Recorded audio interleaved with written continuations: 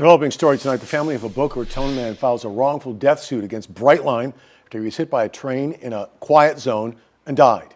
Caleb Califano talked with a lawyer for the family about the safety measures they say should have been in place. Jim Ostrowski was killed after being hit by a Brightline train at these tracks in South Boca Raton more than 2 years ago. Now his family's filing a wrongful death lawsuit. According to the lawsuit, it states in October of 2022, 74-year-old Boca Raton resident Jim Ostrowski was hit and killed while crossing the train tracks on Southwest 18th and South Dixie Highway on the way to meet his wife at the gym.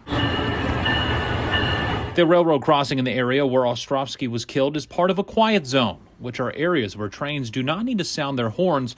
In return, extra safety measures are taken. The attorney representing Ostrowski's family tells me those warnings in this case were not sufficient. The quiet zones are federally mandated and you have to apply to become a quiet zone, but you're supposed to set up certain safety measures.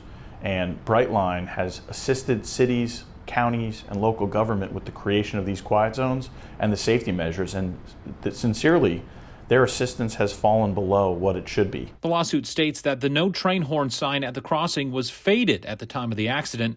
It also states there was visibility issues at the crossing and that the roadway flagger, a person paid to watch the crossing, was facing away from the tracks at the time of the incident. Brightline has seen a long string of people being hit and killed by their trains going back years. The attorney representing the family says they want this wrongful death lawsuit to highlight what they believe is much-needed safety reforms. What the family wants is Brightline to just be held accountable. Could they have done better? Should they have done better? Do they know better? And the answer to all that is yes.